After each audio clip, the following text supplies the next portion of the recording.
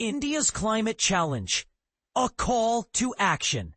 Imagine a world where the clock ticks ever closer to midnight, signaling the end of human existence as we know it. This is not a dystopian fantasy, but a stark reality, highlighted by the Bulletin of the Atomic Scientists, who have set the Doomsday clock at a mere 89 seconds to midnight. Climate change is one of the primary drivers accelerating this countdown, pushing the world towards unprecedented risks. India, a nation of vast cultural and ecological diversity, finds itself at the epicenter of this climatic crisis. The country's response, or lack thereof, will undeniably shape its future in ways we can scarcely imagine.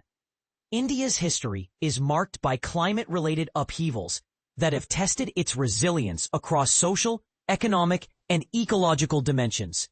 According to a report by the UN Office for Disaster Risk Reduction, India incurred a staggering economic loss of $79.5 billion due to climate-related disasters over the past 2 decades from 1998 to 2017. Other economic losses. Scientists warned that the Indian monsoon, once a reliable weather pattern, has been destabilized by global warming. Rising temperatures lead to increased evaporation, resulting in heavier and more erratic rainfall. But here's where it gets controversial.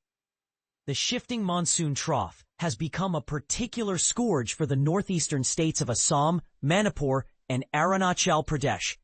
In recent weeks, more than 46 people lost their lives, and nearly 500,000 were affected.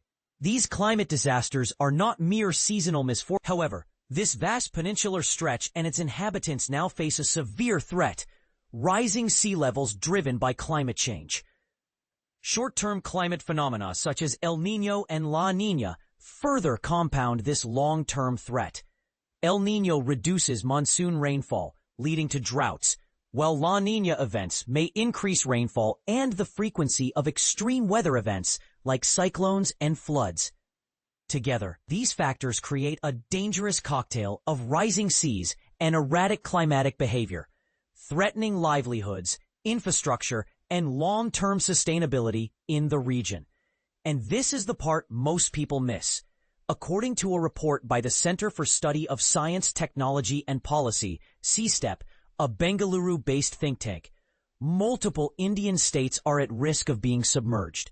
States like Maharashtra, Tamil Nadu, West Bengal, and Kerala, already prone to flooding, face an uncertain future. The study highlights that more than 10% of the land in Mumbai, Yanam, and Thoothukudi, 5% to 10% in Panaji and Chennai, and 1% to 5% in Kochi, Mangaluru, Visakhapatnam, Haldia, Udupi, Paradeep, and Puri could be submerged due to rising sea levels by 2040. The impact of severe weather goes beyond metropolitan infrastructure, devastating rural and coastal communities.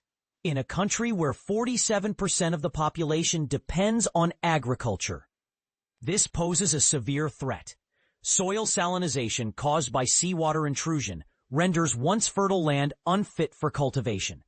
This decline in agricultural output can fuel price inflation and deepen reliance on non-local food sources, undermining national food security. Indian coastal ecosystems are equally vulnerable. Mangrove forests, coral reefs, estuaries, and wetlands serve as rich habitats for marine biodiversity and natural buffers against cyclones and tidal surges. A survey warns that the Sundarbans, the world's largest contiguous mangrove forest, could lose up to 80% of its area by 2100. The destruction of these habitats by warming waters and rising sea levels could trigger species extinction and disrupt food chains, with consequences that ripple far beyond borders. With a ranking of 6th on the Climate Risk Index, India must acknowledge the danger of surging seas. Experts warn that India is highly vulnerable to the compounding impacts of sea level rise. The Indian Ocean is the fastest warming ocean in terms of surface temperature, and cyclones are intensifying due to excess heat and moisture. Therefore, It is imperative that the government begin to treat environmental degradation concerns as an issue of national security, because nature itself can be just as dangerous, if not worse, than any armed adversary. Across the world, climate change is already being framed as a security threat. In the U.S., the Pentagon labels it a threat multiplier, one that exacerbates tensions and compromises national defense readiness. The UK has integrated climate resilience into its foreign policy, while the Indian government has taken commendable steps, such as participating in the Paris Agreement and committing to a net zero emissions target by 2070. Its internal budgeting tells a different story. As per the Union Budget 2025-26, the Ministry of Defense was allocated 6,81,210 crore, or 13.45% of the total Union budget, the highest among all the ministries. Meanwhile, the Ministry of Environment, Forest and Climate Change received just 3,412 rupees 82 crore, a mere 0.067%. It is high time India stopped operating as if in a cowboy economy, a reckless, fossil fuel-hungry model that assumes infinite resources and minimal consequences. Incidents such as the northeastern floods, the Wayanad landslides, and the slow but steady sea level rise are all climate alarms. They call for a shift towards the values of ecologism, sustainability, and resilience. As the World Economic Forum notes, ignorance in the face of environmental collapse is now a threat to over 1 billion people worldwide. In this era of deterritorialization, no nation can insulate itself from the effects of climate-related catastrophe. The environment has become the archetypal example of a global issue, affecting all nations alike. Therefore, the key takeaway from the impending climatic crisis is simple yet urgent. We must treat environmental risk as central to national and human security, and adhere to sustainable development. So, what do you think? Is India doing enough to combat climate change, or are we on a collision course with disaster? Share your thoughts in the comments below, and let's spark a conversation about the future of our planet. How to protect Delhi's informal workers from extreme heat, DW 08/4/2025. Heat waves claim lives, but a simple solution is beating the odds in Delhi. Imagine working outdoors in scorching temperatures with no shade, no clean water, and no safety net. This is the harsh reality for Delhi's informal workers, such as street vendors and waste pickers, who are on the front line of the city's extreme heat waves. But here's where it gets hopeful. A groundbreaking alliance is changing the game, and it all starts with a WhatsApp message. In the heart of India's capital, a pioneering collaboration between the India Meteorological Department (IMD), Greenpeace India, and worker unions has embarked on a mission to safeguard these vulnerable workers from the devastating effects of heat waves. The statistics are stark. Nearly 40,000 suspected heatstroke cases and over 100 heat wave-related deaths were reported by India's Ministry of Health last year alone. With conditions exacerbated by rising humidity and urban overcrowding. The power of simple warnings. So how are they making a difference? The answer lies in simplicity and community engagement. WhatsApp groups have been created, broadcasting daily heat alerts in local languages, ensuring that critical information reaches those who need it most. Color-coded warning signs, marked with clear, actionable advice, have been erected in bustling markets and neighborhoods. These visual cues, yellow for caution, red for danger, empower workers to take timely precautions, seek shade, or hydrate, significantly reducing the risk of heat-related illnesses. A grassroots victory in the face of climate change.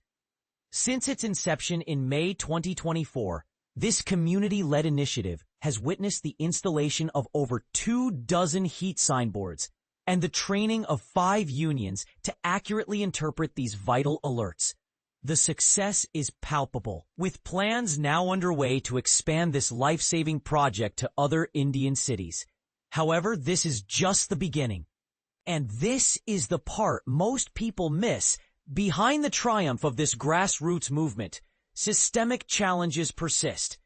The lack of designated vending areas, inconsistent enforcement of safety protocols, limited access to clean drinking water, and even police harassment for setting up makeshift sunshades all underscore the need for comprehensive support from public authorities. For lasting change, it's crucial that these grassroots efforts are met with systemic solutions. But what do you think? Should governments prioritize the creation of more designated public spaces for informal workers as part of their climate resilience strategies? How can we balance the need for urban development with the protection of vulnerable populations from extreme weather events? Share your thoughts, and let's continue the conversation in the comments below. Unlocking parametric insurance, a game changer for climate resilience in India. Imagine a world where insurance payouts happen swiftly and seamlessly, without the hassle of paperwork or disputes. This is not a distant dream, but a reality with parametric insurance. Yet, despite its potential, this innovative insurance model remains vastly underutilized in India. Policy Bazaar for Business has sounded the alarm, highlighting the low awareness and penetration of parametric insurance in the country. But here's where it gets controversial. Could this type of insurance be the key to bolstering India's resilience against climate change? Let's dive in and explore. Parametric insurance stands out from traditional insurance by offering automatic payouts when specific weather events exceed predefined thresholds. No need for lengthy claims processes, no surveyors to assess damage, and no disputes over payouts. If the rainfall drops below a certain level or wind speeds exceed a set limit, policyholders receive their compensation within days. This streamlined process is a game changer, especially in a country like India, where unpredictable floods, droughts, and heat waves are becoming increasingly common and devastating. Policy Bazaar for Business has flagged the low awareness and adoption of parametric insurance, which could be a lifeline for farmers, small businesses, and daily wage workers who are disproportionately affected by climate-related disasters. These fast-pay, trigger-based covers can significantly enhance India's climate resilience if more people embrace them. Fast payouts, real-world relief. The efficiency of parametric insurance is evident in its quick settlement times. According to Policy Bazaar for Business, the average claim under parametric insurance is settled in under 3 days. This speed is possible because payouts are triggered by verified weather data, often eliminating the need for policyholders to file claims at all. Over the past 2 years, real-world triggers such as floods, droughts, and solar power shortfalls have led to payouts across various regions in India, including Rajasthan, Gujarat, Himachal Pradesh, and coastal Karnataka. However, most people remain unaware of these innovative covers. While the case for parametric insurance has never been stronger, awareness and adoption remain painfully low, Policy Bazaar for Business noted. Who's using it so far? Currently, agriculture accounts for about half of India's parametric policies, primarily covering droughts and excess rain. Renewable energy companies make up 40% of the market, using parametric triggers to protect against solar irradiance or wind speed fluctuations. The remaining policies include experimental covers for logistics, flight delays, and temperature-linked payouts. For example, migrant workers in Gujarat and Uttar small businesses in the Himalayas triggered rainfall-linked payouts during the 2023 floods. South India's wind farms use wind speed triggers to safeguard against lost turbine output. Why it matters. Now, India has experienced over 764 major natural disasters since 1900, with half of these occurring since 2000. Climate damage is on the rise, making the need for effective insurance solutions more urgent than ever. Policy Bazaar for Business points out that older versions of parametric covers were expensive and complex. However, newer versions are more modular, short-term, and backed by global reinsurers like Swiss Re, Munich Re, and AXA. Advancements in AI and predictive weather models now enable insurers to design precise, location-based triggers for each season.